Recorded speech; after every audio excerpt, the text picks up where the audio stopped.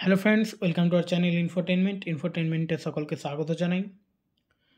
2022 সালে যারা primary TET pass করেছে তাদের একটা প্রশ্ন যে 2022 সালে প্রাইমারি টেট পাস করেছি, তখন বিএড যোগ্যতায় পরীক্ষা দিয়েছিলাম।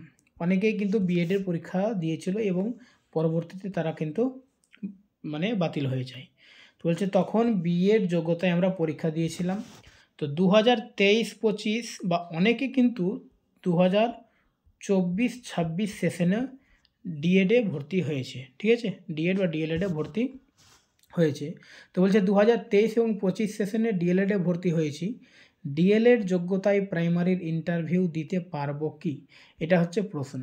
তো যারা 2022-এ টেট পাস করেছে, প্রাইমারি টেট বিএড যোগ্যতায় বা এনআইওস দিয়েও পাস করেছে, তো এনআইওস তো রিসেন্টলি সুপ্রিম কোর্টে ওটা করেছে, ঠিক আছে। তো এবার হয়তো আবার এনআইওসদের আবার নেবে, কিন্তু যারা বিএড তাদের কিন্তু কোনো উপায় নেই, তাদের কিন্তু পুরোপুরি বাতিল হয়ে গেছে।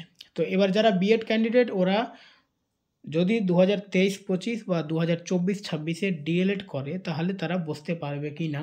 তো এখানে কর্মসংস্থান কর্তৃপক্ষ থেকে একটা অ্যান্সার দেওয়া রয়েছে যে হ্যাঁ পারবেন, অর্থাৎ তারা বসতে পারবে যদি ডিএলএড কমপ্লিট করে নেয় ওই একই সার্টিফিকেটে।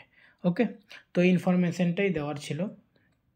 এরপরে দেখো আরও কয়েকটা এখানে মাদ্রাসা সার্ভিস সম্বন্ধে কিছু রয়েছে, তো আমাদের এখন এটা দরকার নেই। মাদ্রাসা সার্ভিসের রিসেন্টলি কিন্তু ইন্টারভিউ চলছে।